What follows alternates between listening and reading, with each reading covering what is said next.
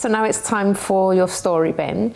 So can you take us back now to when you first got your diagnosis? When was that? So that was back in 2009. I was in the last year of university, had a rather large testicle, went to A&E and then went through a whole few weeks of trying antibiotics, and then was taken for a ultrasound, and that's where they then diagnosed me with testicular cancer. Just a question here, because had you noticed something before and you were kind of putting it off because you didn't really want to go to the doctor, or were you the type of person that, like, okay, there's a problem here, let me just go straight away? To be fair, it was the size of an orange, so it kind of, yeah, I don't know how I missed that, but, now really need to advocate checking all the time. But yeah, somehow I missed having a massive testicle for a while.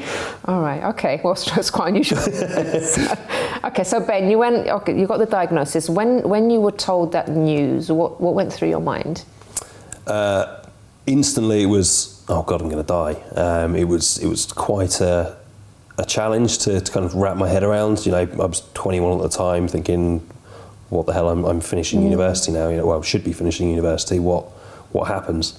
Then I kind of I wrapped my head around it quite quickly and was like, right now I just need to get on and get sorted.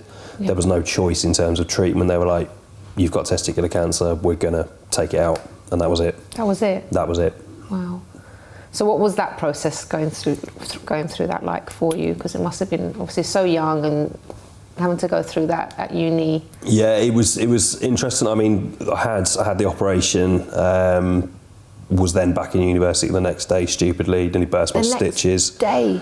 Yes, because I'm an idiot, basically. I got screamed at by my lecturers for being in. Yeah. But, it's just the way I dealt with it. I just tried to crack on, really. Were you kind of just trying to get your mind off it and trying to sort of throw yourself into what you were doing? Yeah, trying to concentrate on uni and get that out of the way, and then hope, as far as I was aware, after the operation, that was it, but unfortunately it wasn't. So what happened after that? I had a CT scan about 5 days before I graduated and was told that it spread to my lymph node. Oh my gosh. So I had to have 9 weeks of intensive chemotherapy. Wow, which was obviously very tough. Had its challenges, hospitalised a couple of times, drips in both arms, and it wasn't particularly great. What kept you going then to all of this? My mum, actually. She, I had a great set of friends. My mum really worked to keep my spirits up. My friends didn't really mollycoddle me. They took the mick out of me a lot, and we got through it by being quite humorous and trying to deal with it. Did that help you though? Very much so. Very much so. Okay. Yeah, I wouldn't expect anything less from them. What was the lowest moment then for all of this, and how did you get through it? The lowest moment for me was when you have to check your temperature when you're on chemotherapy, so you have to be within a certain limit. Any higher, or you have to go into hospital basically. And I was hospitalised for a week with a chest infection that nearly finished me off. Really? So I had to have, I'd say, 2 drips in my arms. Had pins and needles all over my body because just the electrolytes were gone, and the constant scans and blood tests. I'm not very good with needles either, so that didn't help. Okay. But yeah. Well, after the chemo, after that, were you given the all clear after that? So after chemotherapy, you then go into a cycle of checks every month, which is a scan and then an X-ray and then blood tests. Then comes up to about 2 months, then 3 months, and then in every year until you get to 5 years. There were a couple of scares here and there where I kind of exercised too much, and there's a breakdown in the muscle when you exercise, which then gives off the same markers that a tumour would potentially. So they had to check that out a few times. Okay, all right. So now you've been given the all clear, moved on with your life. Yep. Obviously, you like to raise awareness about getting checks, which is very important. But then you did something also really nice, because you've got your business now called Thatch Face. Can you tell us about that? Yes, so the one thing that kind of carried on going throughout my chemo was my beard, and it kept growing, and granted you could shave by wiping your hand across your face, but that was the kind of real core part of me while I was going through it, was my beard kept growing. And so the natural thing for me was to try and make a male product that would help guys with beards, but also raise awareness and donate 10% of the profits to male cancer charities as well. That's amazing. 10% is a lot to donate. I mean, it's a cause that's close to my heart. I've always wanted to do something, and we've teamed up with the charity Orchid, who are focused on male cancer charities, and they raise a lot of money, and they're a fantastic little charity to work with. That's excellent. So tell us how you put these oils together then, and how you use them exactly. We've got a few here, haven't we? My wife and I basically sat in our kitchen for a couple of nights and mixed some oils and tried to make the different scents work.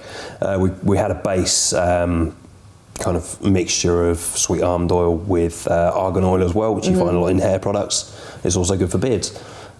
So, we just did a lot of experimentation and came up with the 3 flavours we have currently. Okay. They smell really good. I was sniffing them before. I was like, got quite carried away. So can you tell us about so this one's Got Wood? Got Wood, yeah. They have jokey names because I'm a jokey person, really. So Got Wood has sandalwood, cedarwood, a bit of lime in it. A little bit of rosemary, so it's quite a earthy, woody flavour. Got Wild Zest, which is zesty, as you'd imagine, so orange, lemon, lime, bit of ylang ylang as well. And then we have Full Minty, which has been modelled on the very famous minty shower gel. Okay. So it's a nice minty punch to the face, basically. How do you use it?